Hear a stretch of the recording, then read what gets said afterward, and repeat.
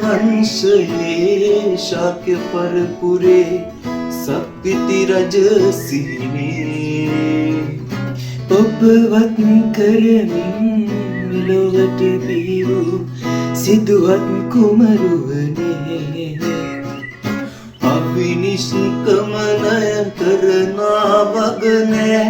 කවුරුත් දැන සිටියේ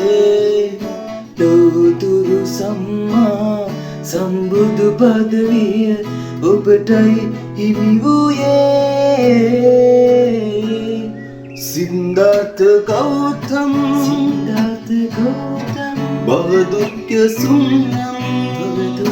ශුන්‍යම් දේවාති වේගම්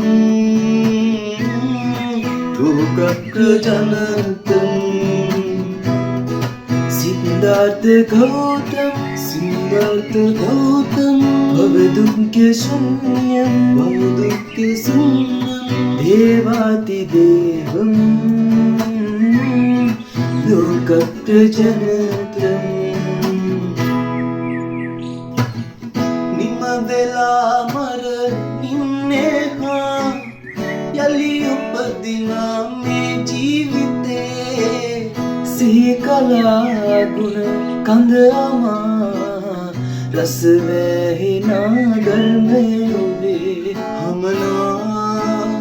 සුලගේ දහමයි ඇසුනේ පින්මදි වුණාදෝ සංසාරේ තථාගත